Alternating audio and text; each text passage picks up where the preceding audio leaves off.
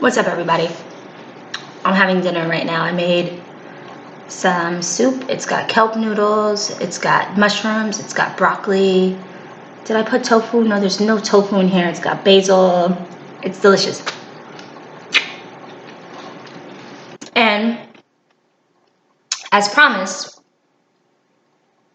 I'm talking to you this evening about femininity and feminism and what it means to be feminine. Now, I want to start the video by saying these are just my thoughts. This is just simply how I feel, the way that I've dissected the issue. And number one, I got to address these Karens. They've got to be stopped. It's become an epidemic. It's almost worse than the pandemic that we're facing. And especially in the midst of a pandemic, it's like we're in a crisis right now. You guys have time to be literally gossiping all day. That's what you do with your lives. Report people. Never fails at every single job. I always will look up and there's always a Karen. Not even the supervisor, just a Karen watching. That's what they do. They watch and watch and watch. They will watch you. They think they're Nancy Drew. They watch you and they report you. And they talk about you. This is their life. This is what their lives have become minimized to. Being gossip queens. They're not queens of anything. They're just gossips. Chatty petties. And they've made it bad for us. They've made it hard for us as women. Because now we have to combat these stereotypes when we actually have something that we want to do with our lives. We actually believe that we're here for a purpose. We have to combat all of the characteristics that have been assigned to us. Because now we're looked at as just gossips. Like literally, that's what women are. Gossips and jealous gossips.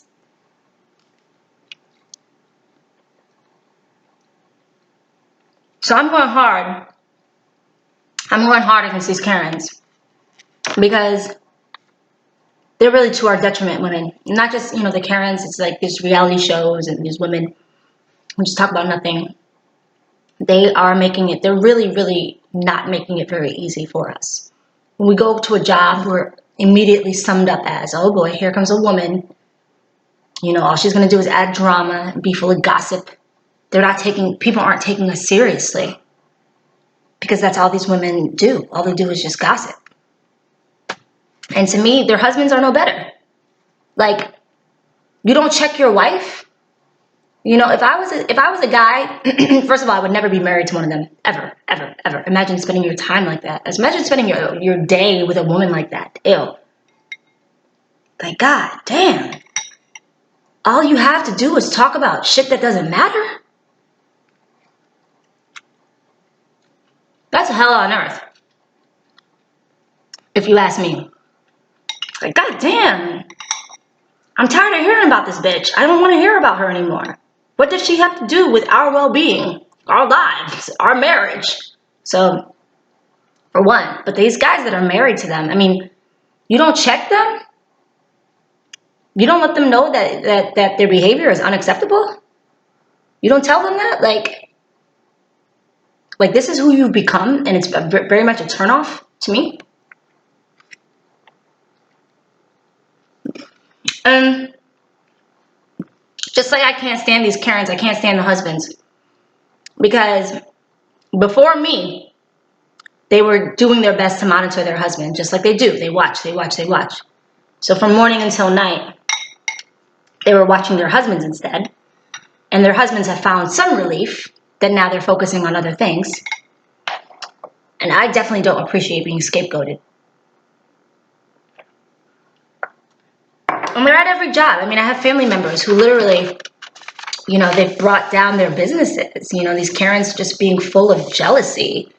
They see a black person, a black man doing well. They see a black man doing his job, or a black woman doing, developing her own business.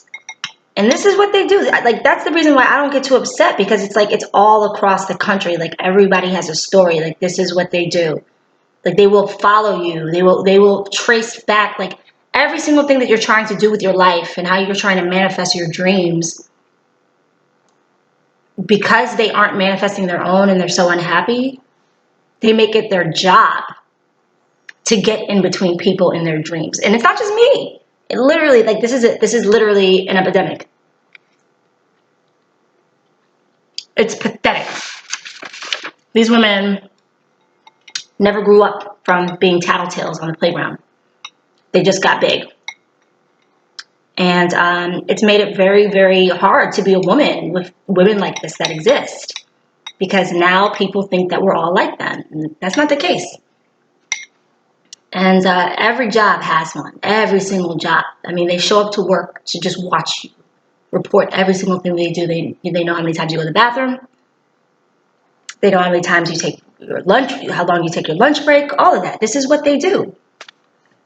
And I just say, please, give these Karens something to do. Let them find a life purpose so they don't have to be fucking with everybody else's shit.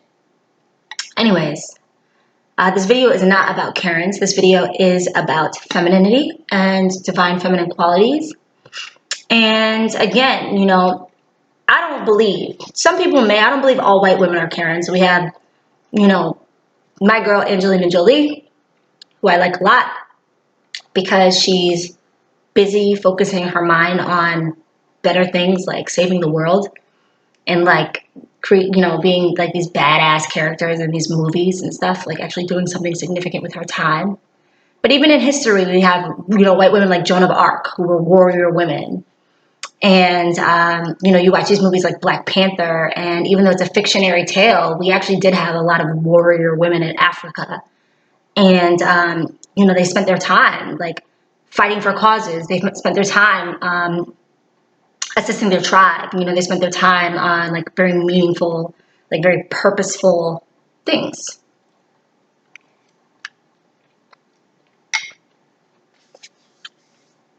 I was having a chat with my brother years ago. Years and years ago. And we were talking about like how the first women appeared physically. And he was like, I bet, you know, that the first women were very in like impeccable physical shape. Because he's like, if you think about it, women have a lot more time on their hands than what things used to be like back in the day. You know, civilization used to look a lot different. And, you know, if you needed a shirt, you would have to sew it. You know, the home, if it needed to get heated, you would have to get the wood to, you know, light the fireplace. And the wood had to be chopped and a home had to be made. You know, you couldn't just buy a condo or buy a home. All of these things took time. And the women played a very active role in society. And so women were probably in very good physical shape, and they didn't have as much time to be sitting around doing things that were frivolous. They were active participants in what it took to create the household, what it took to run civilization. And so it's possible that, you know, with modern civilization, of course, we've progressed, but is it possible that women have just too much time on their hands, or we've been brainwashed to focus on the wrong things? Because there's certainly work to do. You know, to me, like my biggest pet peeve was showing up to a job and basically like there wasn't enough work for me to do. I felt like my time was being wasted. You know, some people would call me a workaholic. You know, I bury myself in work. And the worst thing is really to feel like your time is being wasted. Now, with all of the global crisis and economic crisis that are occurring right now, there's certainly work to do. You know, so the idea of there not being work to do is a fallacy. We've got climate control. We have a huge crisis of, you know, wealth disparities. We have so many things. We have a race war going on. We have global wars of poverty. We have children that aren't eating every single day. You know, like we have like a clean water crisis. Like there's so many, there are things to do. Like there are things actually that like we can do with our time. We can use our mouths to motivate people, you know. Some people are like, oh, well, kids are just talking. Well, you know, Martin Luther King, you know, was a talker. But hopefully my speech lands in the right ears, that it motivates somebody to be better, do better, make more, you know, better decisions, wiser decisions, and make more of themselves. You know what I mean? If I have the quote unquote gift of gab, or, you know, I can speak motivationally, I pray. that my words are blessed to be able to get into the right ears to take action, right? And I'm also awaiting opportunities in every way that I can at this time to really take action on the things that are meaningful. So we go back to gossip, where I've heard, and I love Dame Dash, I love his boss mentality, but I've heard him say, girls gossip, girls are chatty patties. That's not a male thing to do. And you hear Jay say, men shouldn't be jealous. That's a female trait, and kind of associate like gossip with women and jealousy with women. And I ask, is it nature or is it nurture? Is it something that we are organically that way, or is it learned behavior? And I really believe it's learned behavior. I don't think that women come out of the womb, talking about people. I don't think that that's like something that we're just organically, that's something that's organically us. I think that we learn it from other women's bad behavior.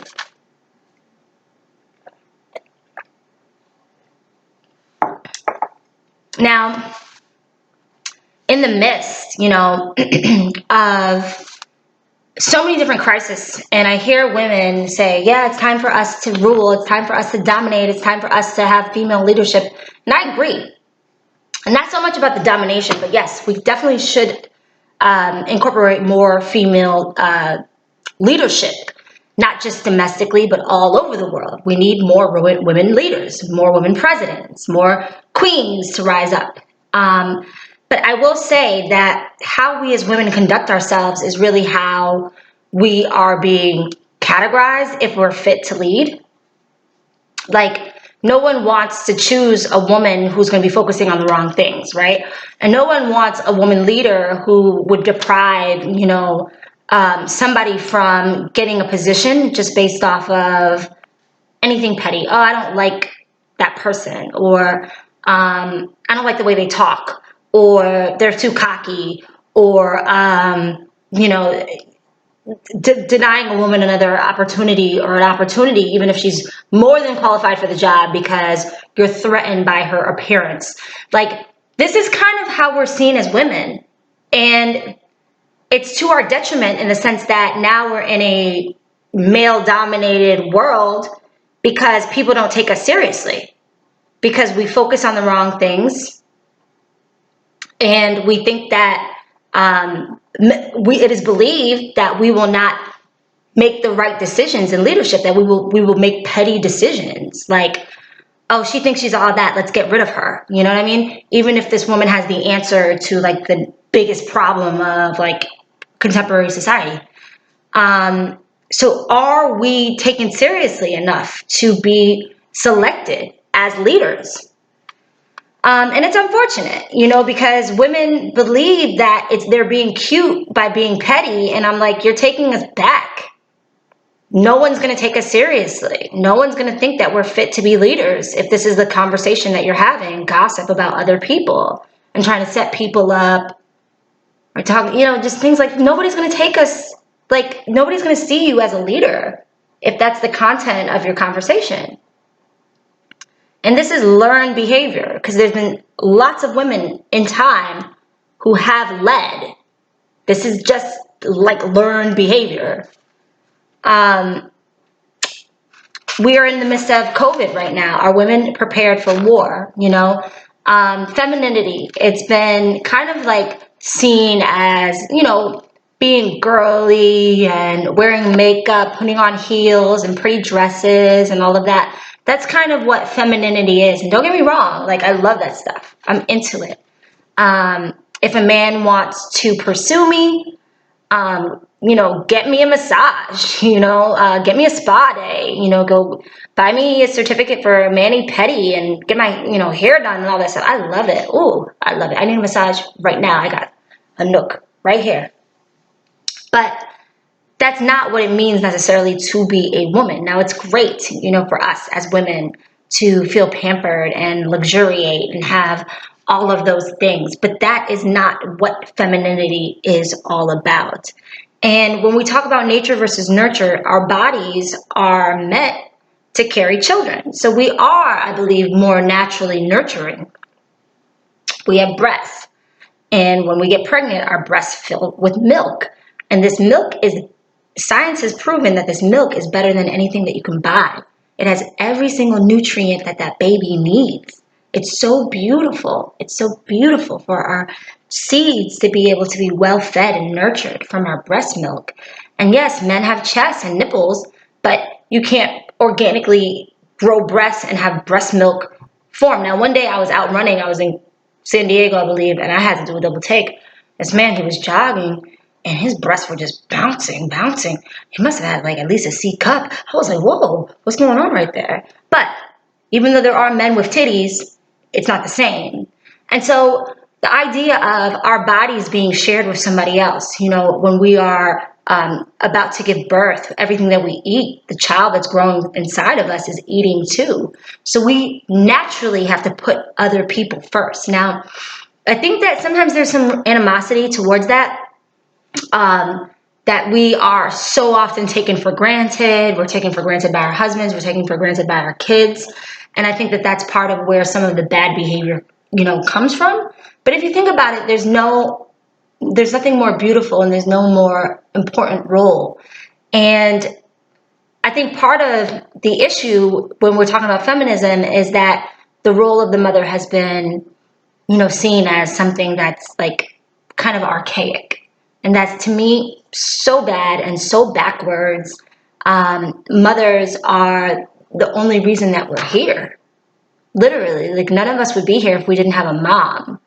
And the fact of the matter is, men, when it comes down to it, you stay home for a week with 2 or 3 little babies under the age of 5 or 6, and you see how much you'll be begging to go back to that corporate job. It is not easy at all. Those kids need your time, they need your attention, they have to be bathed, they have to be changed, there's so much that you give to nurturing a child. And I've even heard in some societies, I'm not sure exactly where, it might have been like the Netherlands, that they actually give women like a stipend for a certain period of time, just to have babies. And it's not like our traditional, like you get, you know, some sort of paid time off when you become a mom. It's like an extensive period of time and it's a whole stipend. Why? Because they know that if people stopped having babies, that would be the end of civilization. So mothers are literally having the next leader, if you think about it. Because as adults, we're going to die eventually. We're all going to die off. And so mothers are giving birth to the next president, the next scientist, the next person who's going to cure the next terminal illness, the next virus or pandemic. You know, this is our future. These are the people, this is what, like, the next, like, crazy, like, app that the whole civilization is going to need. Like the next person who's going to come up with the solution to climate control and global warming. Like, parents right now are birthing the future, if you think about it like that. So the role of the mother is not something that should be taken lightly. Femininity, what has it been reduced to? Are we willing participants in that as women? Do we willingly say, well, this is what it means to be a girl, so I'm just going to be this, you know? Who defines it? Who defines femininity? You know, I know that when it comes down to, you know, our appearance, sure, appearance is important, but, you know, when you think about a woman in our entirety, our appearance is really just a fraction of what it means to be us. You know, if I am selecting a mate, and, you know, for me as a woman, yes, I would love to be attracted to my soulmate, but that's really only a fraction. You know, I need to know how he thinks. I need to know about his values. I need to know about, you know, his moral code. I need to know about all of these things, all of these layers. You know what I mean? I want to know about how he spends his time. You know, what are his causes? What does he do? What is his life purpose? Has he manifested his life purpose? Has he risen to what he felt like God put him here on this earth to be? Because if he's not rising to that, and if he's not on that path and on that journey, I know that there's very little that I can do for him. And I believe that. I believe as women, we all have a path and journey, and men too, especially men, have a specific path, a specific journey, and a specific purpose that they're here for.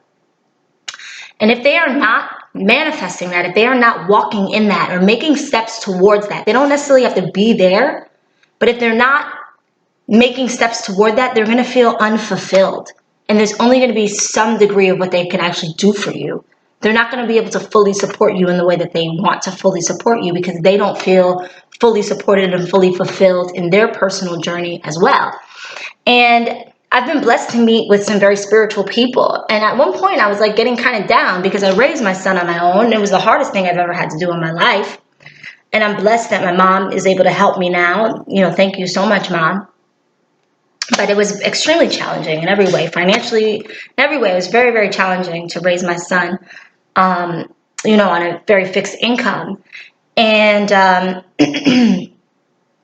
remember asking somebody, a spiritual person, that great guy. I asked him, I'm like, why haven't I attracted my soulmate as of yet? I was getting like weary. My heart was getting heavy. I was feeling at the time lonely. And he let me know, and some people may believe that there are like soothsayers or fortune tellers or people that just have a deep spiritual knowledge and understanding that they can really like talk to you and look at different things and kind of tell you what your purpose is. But he told me, you have a purpose. There's a purpose that you have on earth. And until you're on that path, you have, it's more important for you to fulfill like what God has you here for than for you to be necessarily somebody's wife. And it's not that you're not going to attract your soulmate. There is somebody that's like your perfect match. There is somebody that's like there for you. But you have a purpose, like a big purpose. And I could see it the more he described it. And I don't want to get emotional about it, but I could see myself like attracting somebody and getting into a relationship or even getting into a marriage or just feeling so unfulfilled because I'm not living in my purpose. Like as of lately, the dreams that I've been having have been like these really big dreams. And like, I feel so blessed that there's been so many things that have been revealed to me as far as just my gifts. I have a gift of music, I have a gift of like creativity, a gift of dance, a gift of song, like all of these gifts, like so many gifts. And they're revealing themselves to me at like a rapid pace. And there's times where I forget to eat because I'm just lost in a song. And there's these stories that I have of various narratives of like people that I've met along the way that I just feel like their story has to be told. And so a lot of times when I'm writing a song, sometimes it's personal, a lot of times it's not personal, but I'm like, that's part of what I'm here to do. There's a lot of stories that have to be told. And these scripts and these books and these songs that I have to write, and these things that I have to create, this is somebody's story that has to be told. And the purpose is to create a sense of humanity, draw people closer together to understand that we have more in common than not, and to broaden people's horizon and perhaps create more of a compassionate and empathetic world through these characters, through these characters that I create. And I had a lot of fun with it, like a lot of fun just thinking about different characters and different situations and just telling people stories. And I collect stories, I gather stories. And so that's part of my purpose. And that's what I believe is part of my purpose. But I pray a lot and I say, God, like reveal the purpose that you have for me. And I can understand people getting into a partnership or in a relationship where they feel unfulfilled because they feel like innately there is a purpose that they have, that they're not making steps towards that. And for whatever reason, if they attracted the wrong partner, that partner is getting in the way. Now, there are times where you can be so lucky and so blessed that you can attract a partner, and that partner can actually be like a help to you to be able to get you closer to your purpose. So I asked him, I said, well, maybe why is that not my situation? Maybe my soulmate, I will attract him and he will help catapult me, to getting to my purpose and doing all the things in life that I feel like I'm here to do. And who knows? Maybe that might be the case. Maybe it just might be a bunch of friends along the way because nobody is completely independent. But I say this to say femininity is a part of fulfilling your purpose. Your your God-given purpose, whatever it is. You know, if you are creative, do that. If you gravitate towards math, you know, that do that. Towards science, do that. Whatever it is that interests you. Like when you dreamed as a little girl, like as a very like young one, a little girl, if you could go back into time and look into your eyes and go back into your body as a little girl and think about all of the things in your heart that you wanted to do as a little girl, you know, we'll go back and say what happened along the way that distracted you. You know what I'm saying? Because I think often part of the problem is that little girls are taught to dream, and again, like, and I'm not anti-relationship or anti-marriage by any stretch of the imagination. I think that the most beautiful thing is attracting a partner, and the most beautiful thing is love and companionship and two people getting together and two people helping each other and supporting each other in life. It's beautiful. However, I will make this point. I'll say this. We have our own individual journeys. We have our own individual purposes. And often as young girls, we are taught that the be all end all is this beautiful wedding, right? Like a lot of our imagination goes into like what the wedding will look like. Like I want to have like this princess gown and I want my man to be here and I want it to be at this place and all my friends and my family and I know who the bridesmaids are going to be and I know how I'm going to wear my hair and I know everything exactly how my wedding is going to go, right? And that's beautiful. Weddings are beautiful. Union is beautiful. But do we think past that wedding date? Do we think what happens afterwards? You know, do we think, well, I want to be like a great person so my husband will like love me forever. You know what I'm saying? Like, do we think about the ways that we develop our character and develop our minds so we are actually an asset to our partners? Do we think about that? Do we think about what happens after the wedding day? You know what I'm saying? I've seen it where women, you know, and this happens with women where it's like bride shaming, you know, oh, you're always the bridesmaid, never the bride, or, you know, you're of a certain age and you're not married and that's shameful. And it's not just like here in America, it's even worse in other countries, you know, some of the third world countries, my culture, it's like that, where it's like, if you are not married by a certain age, like there's something wrong with you. And marriage is very, very important. You know, even in Islam, in the faith, it is said that you can only really reach like 50% of the deen as a single person. But I don't know if it's for everyone. You know what I mean? Especially with our contemporary society, I don't know if it's for everyone.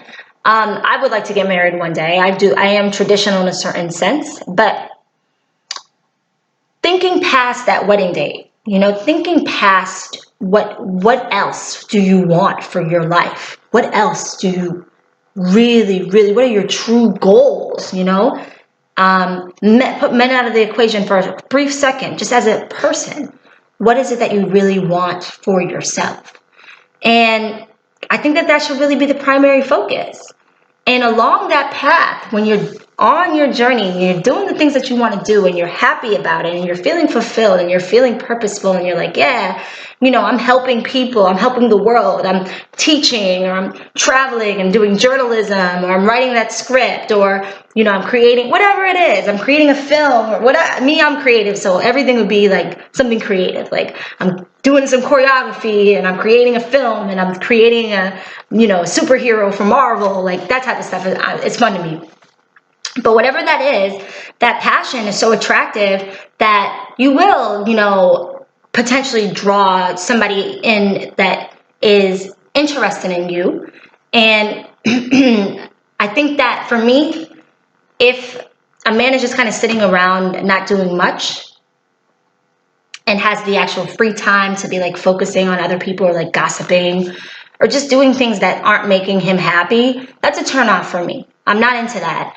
I like a man who's like so focused on his business, so focused on his craft that sometimes he might have to even cut the conversation short. You know, like, I'm sorry, sweetie, I gotta go because I've got so many things to do to manifest like this reality and I want to do for you, but I can't really do for you if I haven't done for myself. And so it's not just men that have these lofty goals, it's us too as women. And that's, you know, part to me of like feminism, really knowing who you are and knowing what you're here for and living in that. I think it's a beautiful, beautiful thing. I'm going to go into this a little bit more because this is a conversation that needs to be had. You know, we've been brainwashed, ladies. We've been programmed. We've been bamboozled. You know, we have to get these definitions of what it means to be feminine, you know, basically thrown on us.